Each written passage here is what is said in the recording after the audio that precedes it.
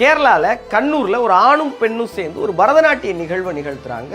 அது எல்லாரும் ரொம்ப விரும்பி வாழ்த்து மலையில் அவங்கள நனைய வைக்கிறாங்க. ஏன்னா அந்த ஆண் அப்பா, அந்த பெண் அந்த அப்பாவோட பொண்ணு, ஒரு அப்பாவும் பொண்ணும் சேர்ந்து பரதநாட்டிய நிகழ்வு. இதில் இன்னும் என்ன கூடுதல் சிறப்புனா, அந்த அப்பா பேர் லிஜேஷ். அவர் ஒரு சுபேந்தர் மேஜர், இந்திய இராணுவத்தில் 28 ஆண்டுகள் இந்த தேசத்தை பாதுகாத்த ஒரு இராணுவ தளபதி ரேங்க்ல இருக்க ஒரு மனுஷன்.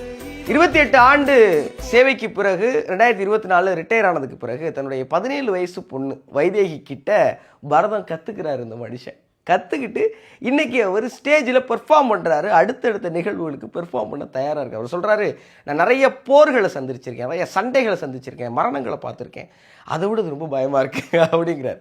ஒரு இராணுவ வீரனுக்குள்ளே இருக்கிற இந்த அழகு இருக்குல்ல, இதெல்லாம் மனுஷங்களுக்கும் வேணுங்க. சில பேர் பேங்க் மேனேஜராக இருப்பாங்க, எந்நேரமும் கடனாளியை பார்க்குற மாதிரியே பார்த்துக்கிட்டு இருப்பாங்க. சில பேர் அக்கௌண்டண்ட்டாக இருப்பாங்க, எந்நேரம் இது நம்ம தொழில் சார்ந்த சிந்தனைகள் இருக்குல்ல, தப்பு கிடையாது. காவல்துறை அதிகாரிகளை பார்க்கும்போதெல்லாம் வீட்டில் கூட நம்ம பயப்படுறோம். ஒரு ஆசிரியரை பார்க்கும்போதெல்லாம் ஐயோ தப்பாக பேசிட்டு அடிப்பாரோங்கிற மனநிலை இருக்குல்ல. இதை கடந்து ஒவ்வொரு மனுஷனும் தனக்குள்ளே இருக்கிற ஒரு சுதந்திரமான மனிதத்துவத்தோட வாழ்க்கையை மகிழ்ச்சியாக வாழணுங்கிறதுக்கு மேஜர் திரு லிஜேஷ் அவர்கள் ஒரு பெரிய எடுத்துக்காட்டு. அவருக்கு என்னுடைய சல்யூட்.